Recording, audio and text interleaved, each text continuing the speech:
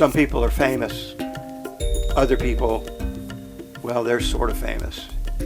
And most of us are not famous at all. But the one thing we all have in common, everybody's got at least one, if not more, great stories. Welcome to Their Stories. This is your host, Mike Cotton. And once again today we have a fascinating and interesting guest. We're going to get a little serious today. I do want to start out by, I doubt there's anybody watching or listening to this podcast that hasn't been touched by the destruction of addiction, especially in this day and time. Primarily, I guess we're talking alcoholism, drug addiction, and all the little sideshows that are created with different types of chemicals and so forth. But to me, and I grew up in a family of a lot of addicts. An addict's an addict. They have certain traits. In fact, just yesterday, I had to let somebody go from my business that was supposedly getting on the wagon, never got on it, and kept falling off at the expense of my business. And of course, in business, we're professionals, and we can't put up with anything like that at all, or we never get anything done. The lady we have on today, she's been around in the people business, I say, helping people, I think most of her adult life, if I'm correct. And she's worked in different areas. You can give them different names. Rehabilitation counselor, licensed mental health counselor. She also has an MS in counseling and human development from Troy State University. She's got a bachelor's of sociology from University of West Florida and all kinds of certificates and different courses that she's completed in order to work with people and, I guess, helping them with life skills and helping them to overcome a lot of these adverse realities when you're directly or indirectly affected by somebody who is an addict. So without further ado, let's welcome a longtime friend of mine. We call her Sandy Beach because she loves the beach, but she's got a real name, and it's Sandy Gilbert. And Miss Sandy, how you doing today? Welcome to the show. I'm doing great, and thanks for having me, Mike. Well, it's a pleasure to have you here today. Let's do this, Sandy. Let's talk a little bit about you're becoming an adult. You're in high school. You're starting to go to college, and you're starting to get involved in these types of fields where ultimately what you do. It's like Dave, I asked Dave Barnes, what do you do? Oh, I have solutions for people. I solve problems. Well, he does it through making films. You're different. You're solving some pretty serious problems with their personal life, in fact. So talk a little bit about coming up, growing up. I think you are from Pensacola, aren't you? Yes, I am. Amazing. And then how you kind of went to school, and then all these types of techniques to work and help people with, how you eventually kind of got into that, and that became your career. Well, yes, I am from Pensacola. I'm proud to say my daddy did 32 years in the Navy. That's what brought me here. Awesome. And I think Pensacola is the most beautiful place to live. So, like being a Catholic girl, my parents put me in Catholic school. So I went to the parochial school, high school, and I knew I was going to go to college, but didn't know what I was going to get into. Didn't have to pick a major until I went to my my junior year. And at that time, I told the counselor, I like people. So much to my unknowing what the degree would be, he put me in sociology, which is the study of people. I found myself taking a lot of psychology courses. I was more attracted to that. So once I got my bachelor degree, I was able to secure a job at a local community center in their drug program. I was a counselor in the residential program. I worked for a period of time with adolescents and then adults. And after that, I just stayed in the field but went out on my own. So, yes, I had no clue what I was going to do. But once I got my license, then that opened up the door for me for different types of activities, doing groups or individual counseling, family counseling, so forth and so on. But my background and my base was alcohol and drugs. In fact, it was interesting. Lakeview had two centers. One was alcohol and the other was substance. Go back for people, Lakeview is actually a part of Baptist Hospital. Yes. In Pensacola, if you've been Yes. a huge facility. So back when I got involved there, they had two separate programs and separated alcohol from substance abuse. I think they learned in time substance is substance, and they made one department for all of it, so it encompassed everything. You mean alcohol is a drug? Oh, yeah. Some people don't think that Very way, powerful. though. Right. Yes, it is. And talking about family, I have alcoholism in my family. My dad was functional, my mother was functional, but they drank every day, and the behaviors came with the behaviors came with the drinking. I think the one benefit I got out of it was being a latchkey kid. Got home, I knew where my parents were. They were at the CPO club for happy hour, and it got dark before they came home. But I took care of me and my little brother until they got there. So, again, the counselor herself is having to go through issues because alcohol. This person that I let go yesterday, I said, the main thing, I says, I get it, and I don't want to be an enabler, which I'm sure we're going to talk a little about today, that the person trying to do the right thing is sometimes kind of the worst one for the problem sometimes. My mom was like that. But I said, you can tell when you got a problem when you're affecting other people's lives in a negative way. Forget about yourself, but it's all about them usually with an addict. They can do no wrong. They're smart. They're cunning. They manipulate. But I said, that's the one litmus test you could take. Are you affecting other people's lives in a negative way? And this person, everywhere they go, they're losing a job. They're having a fight. And the one thing I notice about addicts, they're never wrong. Oh. They're always right. Yeah, their perception is completely off in terms of being responsible and living a wholesome life. But it is a disease, and it's usually genetically passed on. You took the words right out of my mouth. Genetic, okay. And I have a relative, more than one, that since we were kids, we go raid my dad's cooler, and we'd get just a couple of beers. Mm-hmm. I'd drink a beer, and that's okay, another one. And by the time he got into his second beer, he was a whack job. I mean, when I was a band leader, I used to say, you can't drink. They said, why? Because you become the other person. And I didn't hire the other person. I hired you. I says, what do you mean? I go, you wouldn't know because you probably black out and don't even know you're doing what you're doing. Mm-hmm. But so, I mean, there has been a lot of debate about can you develop addiction or are you born addicted? Now, I'm partially Native American. I've worked with a lot of Native Americans over the years. They pretty much know it's just within the tribal community, there is no alcohol. If you do it, you go off and do it somewhere else. Mm-hmm. They might smoke some weed, but they're not, and I've done some trips with pretty high up Seminoles, and Chief comes out before we leave and goes, don't be giving them any alcohol. I go, I'm smarter than that, But I think I don't think it's as much of a debate anymore. I think it's something you're born with. It's a physiological issue. Yeah, it's a genetic It's not factor. your fault that you have it. No, but you got to do something about it. It's passed on, just like diabetes or heart issues. It's a genetic factor. Yeah. I used to go to the local schools and talk with the kids, and one of the things that I conveyed to them is that they would not know whether they had the genetic factor. And if you do, then you're more likely to get controlled by it once you make the choice to be involved with some substance. Is there, if you're a parent, and a lot of parents out there, maybe they have small kids, maybe their kids are grown, but are there signs where you're looking at a child now up to kindergarten, elementary age, middle school, are there certain signs that parents could look for that kid is predisposed to it? I mean, it may not be that they're raiding the liquor cabinet, but they might be in 10 years or 5 years. Is there some kind of signs that you have them look for in a child's behavior? Well, again, is the child functioning, or how are they doing in school? How are they, who are their friends who's their friends, and how are they relating to them? There's many things that parents can see. The disrespect. When kids start disrespecting you, that's a red flag. Yeah, I think respect. I ended up with my kids for quite a while, just, was a single dad.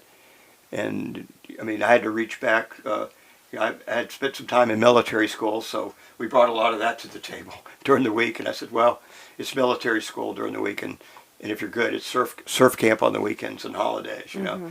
But the one thing I said I learned in military school as a small child was I don't care whether you like a person or not, but you got to respect them. I've worked with many people. I don't go hang out with them, but I respect them in business, and we're successful, but just don't get on with their personality, whatever it might be. And that's why they make different flavors of ice cream. So different strokes for other, different folks. But that's a powerful word when you. I mean, the Jamaicans have that saying, "Respect, mon." And I worked in Caribbean media for quite a while. But that's. I think that. Yeah. I think that word, if you believe in it, can take you a long way. Yeah. You know? Yes. And kids, I think nowadays don't have an element of fear of what's going to happen to them if they do certain things. Wait till your father gets home. Yeah, yeah, and the parents have lost it, not putting that expectation of respect me and Or else. or else, that element of a little bit of fear that you want to, do well, if for no other reason than to please your parents and make them happy. Yeah. But that, those are the kinds of things that I would encourage parents to look at is what's the child's attitude and how are they dealing with life's issues every day. I guess, what was the old saying? Barney Fife used to say, nip it in the bud, Andy. So is there ways to nip it in the bud when they're younger so it doesn't become such an enormous problem in their teenage years, early 20s? Well, nipping it in the bud would probably slow them down, but if the temptation is there for them to get involved with other kids that are doing things, that will support them thinking it's fun to go out and do drugs, it's going to be hard unless you put some restraints and some boundaries. In your profession, you use terms like we did group. I kind of know what that is, but to tell our audience so when you're talking about group versus, I guess, just a single person you're working with, how does that work? What do you do? What sort of interactions do you have? And I guess that could be a family, could be a group, or it could be people that work together in a business or whatever. Well, I was making reference to when I was working at the drug program, one of the expectations is that they were required to be involved in groups. So it was the inpatient that attended the groups. And a lot of that is to bring them out in terms of sharing things and utilizing the fact that they're not just in the group with the counselor, they're in the group with Their peers. their peers. And that's, to me, a very powerful way of reaching somebody, is them hearing what somebody else has gone through and somebody else is dealing with. I think I know what you're talking about. Yeah. As your career moved along, and you have to mention names, but is there certain situations that kind of were a little hairy or a little sketchy, or, somebody that was just a nut job, or Well, tell us the good stuff, Sandy. tell you the good stuff. Well, it's exciting when you're a therapist and you have somebody who really does want to get well. They just don't know how to get well. And you see the results. Yes. Okay. And the approach back when I worked in at the drug program in the 80s, we had a thought and an attitude is treat the individual, not the family. But now, of course, professionals realize you have got to involve the family. There's a value to that because not only is the person sick, but the family's sick. Right. And they've got to learn skills to set those boundaries, to not be an enabler in terms of making decisions to help. For those that don't really catch that term when we talk about it, because we throw it around a lot, an enabler. My mom was a world-class enabler until they sat her down and discussed one or more of her children, and that she was really making it worse. Yes. By writing checks and Yes. basically they want money, they want money. And parents basically feel like they're helping when actually they're contributing. And I'm sure those parents that have dealt with someone who's an addict, they've been lied to, things have been stolen. That addict's going to find any way to get money to be able to support the addiction. And let's say this, we discussed it before we went on the air, addicts are they're not dumb. But most of them are pretty smart. They know how to manipulate people. They know how to lie and make it seem very real. Mm-hmm. Uh, the problem is, and this person that I had to deal with yesterday, it was but I did this, but I did that, but I did.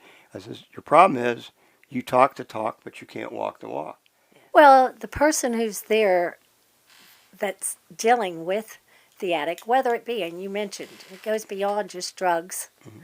You know, there's gambling addiction, there's sex addiction, there's people who are addicted to sugar.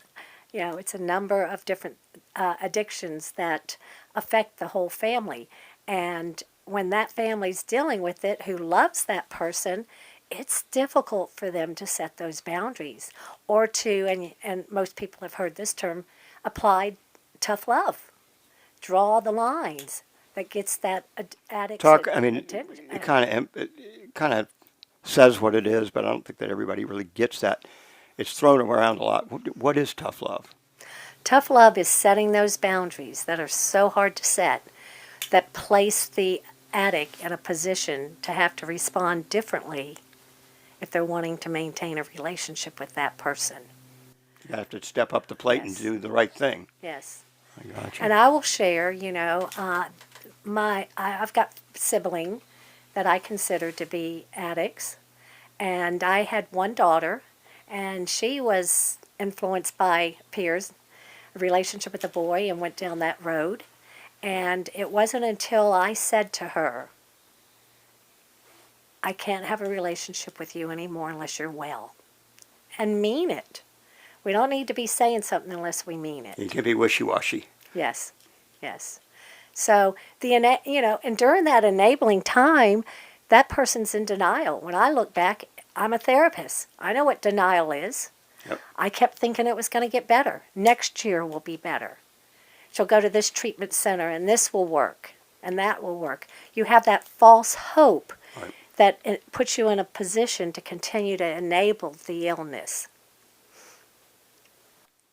So, Is there, I guess we can go back in the old days. They used to do a thing called shock treatment, lobotomies, in related fields to get a person that what do we say down south? He ain't right, she ain't right. I mean, they're kind of like a little off their rocker. But they used to do, it's like surgeons used to do bloodletting. They figure if they let a bunch of blood out, you get better. So, I mean, stuff's changed. Today, is there, I mean, with the AI, the world of electronics and different machines and mechanisms, is there any new techniques that they're using today that can help an addict come around? Or is it just still one at a time it's working with somebody? Yes, it's getting them plugged in to different environment than the environment that they've been living, that they've been hiding.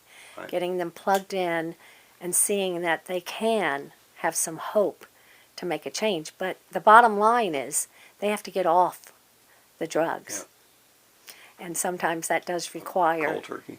and the support of facilities that Yeah. offer the treatment for the problem. Well, what about, I see these places advertised on TV. My understanding is a couple ways to get committed. One would be Baker Acted if somebody's just out of control, but I think that's good for only 3 days. That you could have somebody committed off of that if it's just you can't do anything on your own with it anymore. Versus a 28-day program, which I understand that's and the client or the patient needs to want to do it, I would think. But they go in literally for 28 days. Can't smoke, can't drink, can't. In other words, you got to do all the right things. And I guess the theory is they come out of there and they've gone through all the withdrawals and everything, and now they're kind of cured. I mean, you'll always be an addict. Well, you're off the yes. Once you're an addict, you are an addict, Right. Recovering addict. People who have been clean for 5, 6, 7 years, they're a recovering addict. They're still dealing with issues. Right. But hopefully during the process of going into these treatment centers, they've learned some new skills. I want to address the short-term treatment. My daughter went into many short-term, and that's primarily set up by the insurance companies It's not that these treatment centers said, okay, 21 days they'll get it. It's based on what insurance will pay for. Right. In fact, my daughter would go into a short-term treatment at the end of the month because she was allowed that many days in a month, and then leave or extend it to get the 21 days of the next, so that Right. she would get 40-something days. So the days is not, those days aren't delegated by professionals like myself that sit around and talk about what will work, what will help. I do believe in long-term treatment. They've had a long-term issue, they need long-term treatment. It wasn't until my daughter made a decision to go into a long-term treatment that she got well. So, so I don't remember what you asked me exactly, but it is a family issue, and the family has to be involved. So when you're working with a family, let's say they've got, you know, 4 kids and 2 of them are addicts, I mean, obviously you must meet with the child, you must meet with the parents. So do you do a group where the whole family would be there, including the sick one? Yes. Yeah. Yes, there's interventions where everybody's there. Is there, in this world of big pharma, are there medications involved with treatment or not? It depends on the person's, needs. Okay. It's not an automatic given thing. I mean, you mentioned nicotine. That's harder to get off of than heroin. Yeah. Number one. And it's legal, and it's been legal Yeah. for how long? Yeah. So, so Well, I'm just, where does you can't write prescriptions, correct? no, Okay. Where would I guess a clinical psychologist, now do they write prescriptions? not a psychologist. No. They would refer. Psychiatrist. They would refer to a psychiatrist. Well, tell us about these, I hear drugs like Adderall or different types of drugs are out there that they would put these kids on that were real hyper or just couldn't fit into society anymore either. Yeah. Is that an area you get into? Not that you write the prescription, but clients are on those different types of medications. Yeah, if I see a need that medication may help that person, I would refer to a psychiatrist. Okay. And they would decide, Yes. okay, to put them on any kind of medication program. Is there, used to be married to the person here actually in Pensacola. She was brilliant. She was in charge of all the social work departments of all the state universities in Florida, wrote the master's degrees and all that. And, I would hear stories from her. I would hear stories like there would be she ran a huge juvenile program.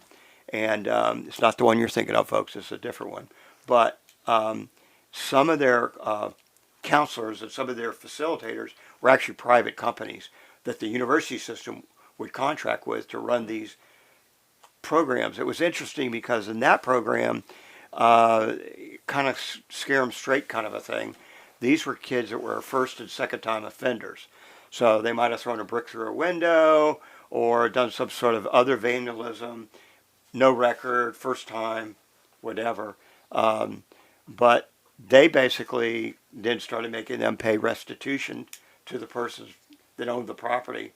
Or they would take them to the state penitentiary and let them meet the prisoners and see who their future roommates were. So those are kind of like more scared straight kind of a things. I mean, I know that's kind of in another area, but do you think that's helpful with kids who kind of hit them right between the eyes? Well, seeking drugs puts them in bad situations. Again, they have to get the money to buy the drugs. Right. So, they're usually stealing or taking something, that they've stolen to a pawn shop. So many of them do get involved with the law. I got you. And it is something that gets their attention, but yet I don't think it's the cure-all to detain someone just because they've done something illegally. But, that's part of it. Producer Martin just sent over a question, which is a good one. I think we kind of got into it before in trying to, and I tell people, I know the answer to this, Mark. And the question is addiction curable? And me personally, I think addiction, you always have it. You can control or manage it. But I don't think if you genetically have a disease, are you ever really cured? I prefer using the word well. Okay. People who are addicts can get well. I'm not drinking anymore. As I'm far not as a, doing crack yeah, cocaine anymore. I'm not a yeah. user. Okay. As far as cure, it doesn't go away. Yeah. They are going to live with it, and their family's going to live with it the rest of It's a their lives. condition that you've got. Yes, Okay. yes. And I was going to ask you the same question. Quit stealing mine. Are you reading my mind, Mark? Okay, good. Uh, I was kind of going this. I saved for the later in the interviews, but give us some case studies of stories that were hopeless and became a success, or anything like that. Anything unusual or just special? I mean, you've gotten to meet a lot of people and Yeah. work with a lot of people of all ages. Well, the one that I want to share that I do know Mhm. she has gotten well, and she continues to get well, is my daughter. Okay. You know, So you want to go back and kind of talk yeah, because yeah. I know this has been a challenge. We've been good friends for quite a while now, and Hmm. I looked and sometimes like God, even I, much as I can handle it, I've dealt with in my family, but it wasn't a child. See, I've never Hmm. with my Yeah. kids. Nobody's gone to the joint yet, but we Yeah. make a joke. But they've all. I don't know what it was because I was no angel, but they live with me. But that word respect, I taught them to respect me. I think that helped a lot. So let's kind of go back. She's a little girl now, let's say, and Yeah. now Yeah. she's growing up. Yep, What she was in her teens and what happened? when she got involved. I think I didn't think she'd ever take pills because I couldn't get her to swallow Right. pills as a child. When I had to give her medicine, I'd give her liquids. So of course I spoke that. Oh, she won't go down that path. She won't swallow pills. And I am a believer. I think Satan heard that and he grabbed a hold of that. And sure enough, she had a boy that gave her an ecstasy. And that started her involvement in pills. Not as much alcohol for her as it was pills. And then it. All right, you talk because some people know, other people don't. You hear these words in the media or whatever. So ecstasy, from what I know, I mean, I've never taken it. Back in the '60s, yes, I took LSD. I smoked weed, did a little coke, but I never had to shake the monkey off my back. It's like at 50 years old, I'm 77 now. I stopped smoking, Mm-hmm. and my doctor was like, "How did you do it?" I says, "Well, other than you scaring the hell out of me and what it's doing to me, I just quit cold Mm-hmm. turkey." But that's me. I don't have that addictive. I may have some addictions out there. I couldn't say pretty ladies or something like that, maybe, but they're not drugs and alcohol. So I like fast, beautiful motorcycles. I like great looking surfboards that are works of art. But they're not going to kill me, I don't think. But so going back to what we were saying, so we throw a word out there like ecstasy, and your daughter directly got involved in that. Um, there's all kinds of pills, and we're actually working on pre-production for a documentary that's going to be called "The Dangers of NSAIDs," Mm-hmm. where you're not going to party on NSAIDs. Right. But nobody knows what NSAIDs are until I say go in the drugstore and look at Motrin and look at ibuprofen and look at Bare aspirin, and right next to it there's going to be a word with a bracket. Look, what word is that? I go, NSAIDs. What are you saying? NSAID? Yeah, NSAID. NSAID. Uh-huh. Those are over-the-counter painkillers. Yes. Very mild. There is a category above that if you could stick 10 ibuprofen pills in one pill, that's what I've been given. And I don't know if it's just me as a rare case, but I'm finding out it's not that rare. It's around. Certain people have, it's not an allergy. The medical people have a term for it, but you have adverse reaction to Right. it. Twice in my life, I've bled out from high-powered ibuprofen, which is naproxen, another name, and almost died. One of them back in October. Mm-hmm. And you're not partying on that. But that's a case where the doctors didn't even read my chart. And it says in big letters, no ibuprofen. Well, basically saying no NSAIDs. Mm-hmm. So I guess what I'm trying to say is, so you say ecstasy, and I kind of heard you feel lovey feel. It's kind of like LSD, but it's not really as LSD. But so what are some of these other pills? I mean, we're hearing fentanyl. Fentanyl can be in anything, I guess. Yeah. And then Very dangerous. bang bang, you're dead. Mm-hmm. And it's killing people. I mean, Mm-hmm. do people understand the cartels are murdering hundreds of thousands of people in this country, bringing that stuff in. If you stopped it all, addicts tend to find a way to get Oh, they would. their drug of choice, but if it's not, they'll go to something else. I mean, I remember idiots sniffing acetone in surfboard factories. Why? They said, "Oh, I get high from it. It's great." Right. I'm like, "Geez, that's pretty nasty," Right. you know. But so from ecstasy, did she go into other pills, or did she go into other type of Oh, drugs? Did she yes. start using Yes. heroin? Did she? Well, initially, and, we all go and have surgery, and we're giving maybe a narcotic for pain after we have the surgery to recover. Thank God. And, maybe we don't use them all, and we stick them in our cabinet. Yep. We don't throw them away. So I had some narcotics from prior surgeries, and she was taking them. Didn't even pass my mind. That she was It didn't even pass my mind. probably a Lortab or Percocet or Percocet or something like that. Yeah, It was. I mean, these are folks what they give you after. I mean, I just had hip Yeah. surgery, Yeah. and I'm on. It's Oxy, but it's a form of a Lortab, very mild. And I'm almost thinking with these, I got one's Tramadol, and the other one is Oxy. I think they're both because now they stopped the Tramadol and they're giving me the Oxys. But those are really, if you look, it's really it's like a Lortab, which has got another Well, it's name, stronger than Norco, or yeah. they've all got certain levels of names. Like when I almost died, oh well, he got naproxen. I'm like, I don't know naproxen from oxen. What the hell is that? You know. Now these are not drugs you party on, but they're hopefully going to get rid of the pain. Unfortunately for me, and folks, you need to do your homework. I don't trust. If I'm going to go to a doctor, and I've had some of the best work on me, I'm the guy that goes down the rabbit hole in the computer on the internet, and I start. I mean, my heart surgeon, right over heart surgery, said, "Do you want to do the surgery? We'll just keep you awake, and you can just do it yourself." I says, I think I could. But, and of course, they didn't know exactly what was going on with me till they actually get inside your body and see what it was. It was similar to what they thought, but it wasn't actually. But, here I'm going to a doctor, and I'm going to give you some little previews right now, because this is a touchy political and a legal issue as well. We're talking NSAIDs, okay, because when people start popping pills, they're just popping any kind. Oh, okay, this will make my pain go away. Well, these are low category pain pills, and a bare aspirin is a pain pill. It's an NSAID. But then you take to a point with somebody like me who has adverse allergy, whatever you want to call it. But I've almost died twice from naproxen, which is ibuprofen, which has another name, which has another. But if you put them all together, and I actually in the end, you know how I found out why this was happening? The young pharmacist at Publix, thank you Publix, who I had great respect for, I went and saw him, and he goes, and sometimes if your kids are, if you got access to their medical records, you can find this out. He said, I'm sitting at my desk with 2 computers, and I see your prescription for naproxen go across my screen. And he knows me well enough because I've been on certain medications, but I've had some problems physically, and I don't try to take too much. I take just enough to stay alive.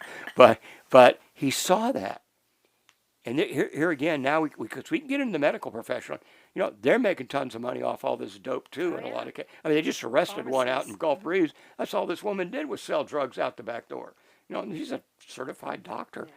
But he said, "Come here." I went and took me in the back room. We looked at 2 computer screens. He says, "Okay, that's ibuprofen, and that's Motrin.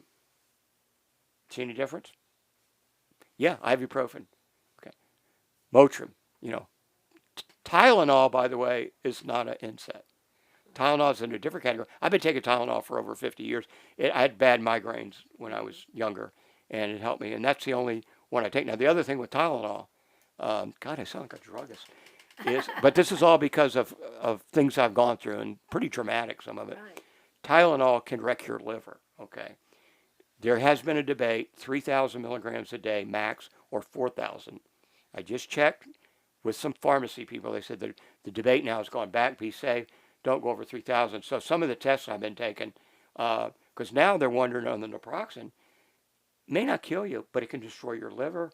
It can destroy your kidneys. It can destroy your intestines. So now I'm going to specialists and getting that tested. The people that gave me this, it's looking more and more like this organization's where doctors and nurses go to have their careers die. They can't get hired by other ones. I'm now with some top flight people in the medical industry, and they're telling me off the record, these people are a joke, and they just barely, and they're in a lot of trouble. But they got 50, and Sandy, you know who it is. We both went there for years, and they got 52 offices in Florida. And I called corporate office. And they're for profit. Well, yeah, I I mean, don't- yeah, yeah. it's They're a for clinic, profit, but yes. they're in partnership with Humana and these different. I mean, they're not a hospital, so most of where I would go would be a Sacred Heart facility because that's who they were working with. But the people at Sacred Heart are going, yeah, because they want us to do all the work and they don't do anything, and they're collecting all this money. But now it's come out that maybe their employees are less than stellar, and now another thing came up. And look, we're kind of getting on the topic, but I'm Yeah. trying to tell you, you need to do your homework. Don't just take or find out who my surgeon. All these anybody that cut you, you better check their history, okay? Maybe they cut the wrong arm off of somebody down in Miami 10 years ago. Who knows? But it'll be recorded online. But Well, you trust it. yeah, you Your try. doctor. Yeah, it's like to your prescribe what you it's like needed. your preacher or your good auto mechanic. We go to the same auto mechanic. We got a shade tree guy for used cars. This guy could fix anything. We Yeah. trust him. We've been going. Yeah. But here was the other thing.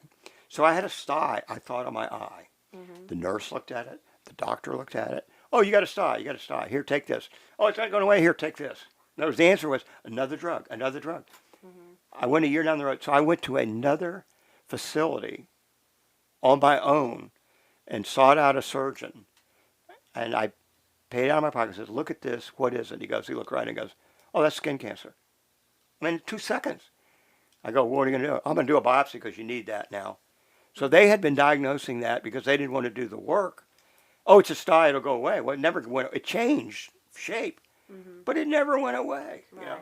Now I got skin cancer right next to an eyeball. Well, long story longer, all of my surgeries got canceled. I got another little bump on the side of my head. Nobody knows what that is. That's going to be done by a plastic surgeon because it's so close to my eye. So I have a sty that's cancerous. I got a bump, and then I've got this hip surgery. Everything in October was canceled by the perpetrator, who I will call the doctor and the nurse, in this conspiracy that they didn't know what they're, if they knew what they're doing now, they really are criminal because they're literally trying to kill me. But it was all called off because why? Bottom line was I would have bled to death on the operating table. My blood count went, if you know anything about blood count, went below 6 and it was heading south. Mm-hmm. I probably was I was hemorrhaging Yeah. huge amounts of blood. So I was probably within a day or two of just sitting at home watching TV and dropping dead on the floor. That's how close it was. And it happened 14 years ago when they took me off a lower tab for a horseback riding accident, broke my back. But they had all good intentions. Nobody knew. And now I look back and it's naproxen. It's ibuprofen, but the very powerful version. Well, the sad thing. But I got off it right away. Yeah, the sad thing for you is they had it written in your chart. Yeah. They came in. yeah. They didn't look at your chart before they came Yeah, in. and you say, what do you have out? Well, I have an old drug they don't even use anymore called Furosin, which they would put on stitches, but my face where they put the stitches would swell up. And I had been, if you know me, I took more than one wipeout on reefs and traveling. Surfboards hit me in the face. There might have been a fight or two, but I can't put that salve on me. And I had one above my lip once, and my whole face swelled up. It looked like a monster. I should have done a horror movie. But it was an allergy, to that. The only other thing that on my chart until we figured this out was codeine. I get nauseous from codeine for whatever reason. So I'm not going to be a codeine addict. Yeah. But this other thing, it really took 14 years for me and a pharmacist, not the oncologist, not the colonoscopy guy, not the gastro guy, all these specialists that make huge money. I don't know, Mike. I don't know what it is. I can't understand. It was me going, because I was not going to stop until I got this figured out. Right. And it was me and a young pharmacist, who, by the way, hey, Jake, congratulations. He's now like regional director of all the public pharmacies in this region. Sharp. And, politics is in that part of the industry. Talking drugs. These guys are sitting, I look at them and go, man, I'm in the wrong business. Yeah, we sell legal drugs all day long. And you better believe some of them shouldn't be legal, but it's all big pharma's pushing it and pushing it. We're going to do some shows on big pharma. They won't like me. And on this documentary, we're trying to send some information to RFK. I think he would be interested in it. Mm-hmm. These are stories the public doesn't know. Right. That's what when I ask about ecstasy, yeah, we've all grew up in the 60s and 70s. We heard it. How many people don't have a clue their kids on ecstasy, and they have they're the parents that would open the drawer in the cigar box and look in there and go, "Why do you have oregano in there and rolling papers?" It's like Yeah. some people, they're not. But you got to sharpen it today. You got to buck up. You got to get smart. You got to get. Well, the public in general gets more and more and more sophisticated. That's why they're not taking the crap from politicians like they used to. Well, as I was They don't believe listening, them. as I was listening to you, I was thinking about a lady that came to me. She had been, she had been given psychotropic medication for depression and anxiety. Let's stop right there. I call it psychotropic. Tropic sounds like the tropics, but that's okay. Psychotropic, explain. Like, I don't know what that is. Kind of explain what that is. It's powerful stuff. Well, it's medication to treat mental disorders, and that's what's prescribed by a psychiatrist. And what I wanted to get to is she came to me because she had realized that what she was taking was creating a problem for her. And so she came to me, she changed doctors, and she got off all of it. Does she still have problems with anxiety or depression? Yeah, who doesn't? So the medication, well, I'll tell you about. I think I told you the story. Everybody knows me. I'm hyper. I'm not going to lay in bed for a month recovering from a titanium installment as my new hip. It was pretty cool, actually.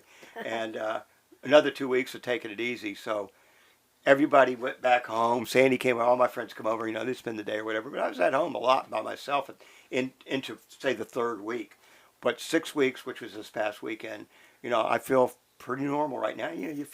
I'm sitting here in the studio, and when I go to get up, Mark may have to pull me up. I feel like the Tin Man, and I need some oil in my hip, because it is metal that's in there, but it's pretty amazing stuff. But anyway, so this so-called oxys that I say, it's not really even what Big Pharma is saying this stuff is. But in very, very small print, it says, do not drink alcohol. Now, I'm not a big drinker. In fact, I prepped for the surgery for a month. I fasted certain days. I stopped drinking even beer, no alcohol. I got ready because I knew what was going to happen. It was like my heart surgery. I'm going to lose weight. I'm not going to feel right. I won't be able to smell. I won't be able to taste. I have no appetite. So I've got to get my body adjusted and slow everything. And I did that. So I'm laying there, and I bought a new car, Ginger, about a week before I went into surgery. So I'd sit in my living room. I live out on a big piece of property in a place called Beulah. And there's my beautiful red Ginger out there sitting all lonely. And I'm going, I think I drove the car twice. And I'm breaking out of the infirmary. So I get up, and my buddy Rocky, he's running a blues jam down in another little community at a place called Goat Lips. I said, I'm just going to go down and hang with my pals. I'm not even going to try to play or anything. And so I stopped. I go, I haven't had a drink in 2 months. I got to have a little alcohol. So I stopped. I never drink light beer, folks. If it ain't Heineken or Corona or some good stuff in a bottle, I ain't drinking it. So I got this light beer. I'm in Ginger. So out where I live, there's some back roads that I'll take up sometimes. It's just getting dark. A little bit of steam coming up. And I'll get to your question, Mark. Hang in there. She kind of answered it, actually. And there's steam coming off the road. And I took about 4 sips of that beer. Started seeing monsters in the road. Somebody asked me the other day, what'd you do? I says, well, I called in the Blue Angels for air support. Isn't that what you're supposed to do? No, literally, this has happened to me if I'm driving. I've driven cross country 2 or 3 times by myself trying to set some kind of record, which is stupid. But after you're so tired and you're out in the middle of the desert or nowhere, you will start to have hallucinations. But I'm looking at this going, this never happened when I took Loratab before. It's like, you wonder what the hell's in this stuff. But, it's never good to mix alcohol with any kind of medication. Right. Mark wanted to know, and you've kind of answered it in different ways. I said it. Mark wants to know, how do you know you need help? And this person I had to terminate yesterday, and we'll always be friends, but it's way above my pay scale. When it starts, and the question was, well, she says, well, how do I know I need help? I says, because, and you may have a different answer, because you're negatively affecting other people in your life. Yeah. Forget about yourself for 5 seconds. You're bumming everybody else around. You're wrecking their businesses. You're screwing up their schedules. Duh, get a clue. Pretty, I don't think it's so scientific. And my one relative that I love to this day, I've talked to in 10 years, my last thing I said to this person was, look in the mirror. That's your enemy right there. Bye. Yeah. Bye. Sad. But if you let it take you down, it will. But So does that make sense, Mark? I mean, Now, how do you know you need help? because you're negatively affecting other people's lives because of your actions. I do Now that's believe me, but I do believe the person who's addicted to the drug, who's involved in that whole lifestyle, they know they have a problem, but that's what they're used to living. well, Does that make sense? Yeah. Yeah. They're used to living that, and so they too are in denial and don't want to admit. If they admitted they had a problem, they'd have to do something about it, and that raises a lot of fear of the unknown, of what will be different. We're running out of time. There's one thing I want to take it to the next level. Would you come back and talk to us about some other things and case I studies? will. I mean, I will, you and could bring after- a friend or somebody that maybe Well, is recovered. And after doing this, if I can do it, you can do it too, kind of thing. yeah, and after doing this, I'll think more of where Yeah. we can Yeah. maybe steer this to get some good information out there And that's, for people. information's what it's all about, folks. Right. It's like me. If I knew more about what was happening to me, that these doctors were doing to me, then I wouldn't have almost died. Let's just put Yeah. that. I just wanted one more topic. Blackouts. Okay, I have relatives that can't remember what they did. I a guy in radio I work with, I go, what puts you into the AA is, he goes, one night somebody did a video of me standing on a bar pissing on the customers. Right. He says, I don't remember, I remember nothing. Now, I've gotten a little drunk a few times in my life and, I passed out, blacked out, whatever, but I don't think I went running around acting the fool. But this guy went, I did what? No, here's the film. Yeah, and it's scary. You know what, scared straight. My first exposure to that was I was working at the drug program, and the client had shared that he had come from some northern state to Florida and doesn't even remember driving down here. Scary. Yes. That's scary. You're losing. So some people, they don't black out, pass out. They black out and still function. Yeah, well, that's what I think when you say black out. It doesn't necessarily mean you pass out. Right. I've passed out a couple times, but usually, if you know me, I mean, I'm a social drinker, and once I've had a couple cocktails, and people go, "What are you drinking?" And I go, "Oh, it's a 7-7. It's a ginger ale. I'm drinking a ginger." It's because I don't want them trying to push. I just don't like that feeling, I know how it is with alcohol. They start to get off on it. I had an uncle like that. He goes, man, it's just something about just getting blitzed. It's like a rush. It's like, am I talking to like a heroin addict here or what? But he said with alcohol. But anyway, it's. I think the number one thing is you got to get information. But once you're starting to bring other people down in your life, it's like go off and be by yourself on a desert island and bum yourself out. But you're destroying other people's lives if they allow it to happen. Yes. Anyway, real quick, I just want to say thanks for coming again and visiting us here. And we're going to call this My Mark pleasure. Studio. It's a cross between Howard Stern without the F-bomb, Pee Wee Herman, and actually this makes Joe Rogan's studio look kind of lame, I think, to tell you the truth. But he's got 50 million followers, so we'll get there one day. So, but you're the most important people in our life because without you, the audience, we don't have a gig. We're all in the entertainment business, teaching business, and if nobody's going to listen to what we're doing and watching what we're doing, then it doesn't exist. I do want to mention our one sponsor today, by Cotton Productions. We're a full service video film production business from soup to nuts, anything you need. Been in the industry over 55 years. We also are world-class digitizers. We can take any type of media, probably more than just about everybody in America today, and convert it into a digital format. So, juniors, kindergarten graduation isn't fading out on the videotape or the film or the photograph. So the only way you're going to save it is digitize. Don't let it pulverize because that's where it's headed. And today, more and more stuff is being lost. We have another little show we're working on called Scooter Girl. It's like a little infomercial type of thing. A girl just started by accident. We're going to bring her on in the next week or two to talk about that. Mm-hmm. And I just launched a new business this morning. It's used electronic equipment for rental and sales, okay? So we get a lot of people come to us and go, well, I've got some Betamax film and our videotape. I want to watch it and then have it digitized. I want to see what's on it.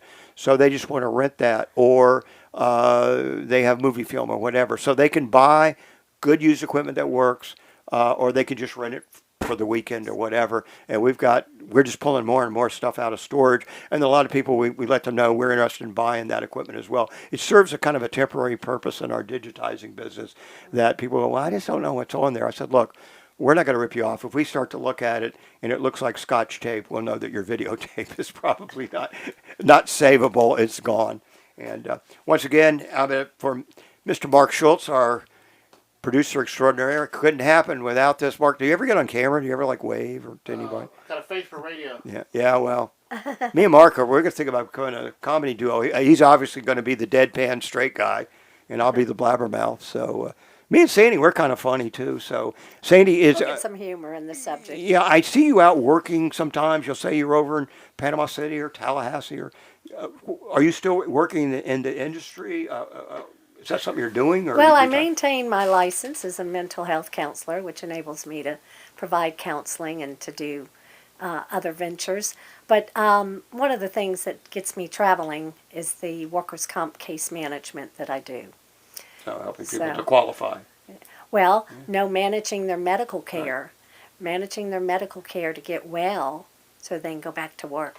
Do you maintain any kind of a website or Facebook page or anything like that? If people I do have a Facebook page, and Are you active on it? I apologize for not being active on it for a couple years. We tried, folks. We But tried to get her I'm active telling on you, it. I enjoyed posting those. I go back and look, and people are still looking at it. So Do you that's mind- Sandra Gilbert Christian Counseling. Do you mind if somebody wants to ask you a question, they can relay it through me because my phone number is on the Yes. website. Okay, so folks, if you want to ask Sandy, and she's a great source to go to before you go spend a lot of money in rehabs and all, because some of these private ones are very, very expensive. People mortgage their homes to send their kids to these things sometimes. So just, you could text me, phone number 850-384-1484, all my Facebook pages, website, everything out there. Go to mycottonproductions.com. Hey, you're listening and watching today. We're actually in the studio, and we got a couple, what are those, 4K cameras, Mark? So, but we'll go back and do some editing here. Sandy's got some homework to do. She's going to pull up some different photographs, images, maybe charts or whatever. So you'll see us in the podcast. We'll switch over to some sort of it can even be a film clip. So we let all our guests know we can kind of go do both things. And kind of like show and share in school. What was that thing? Show and tell. Bring in your hamster or whatever. Yes. So anyway, hey, some people are famous. Some people are sort of famous. But guess what? Most of us aren't famous at all. But the good news is we've got one or more great stories. Thank you. This is Their Stories. Your host, Mike Cotton. We'll see you next time.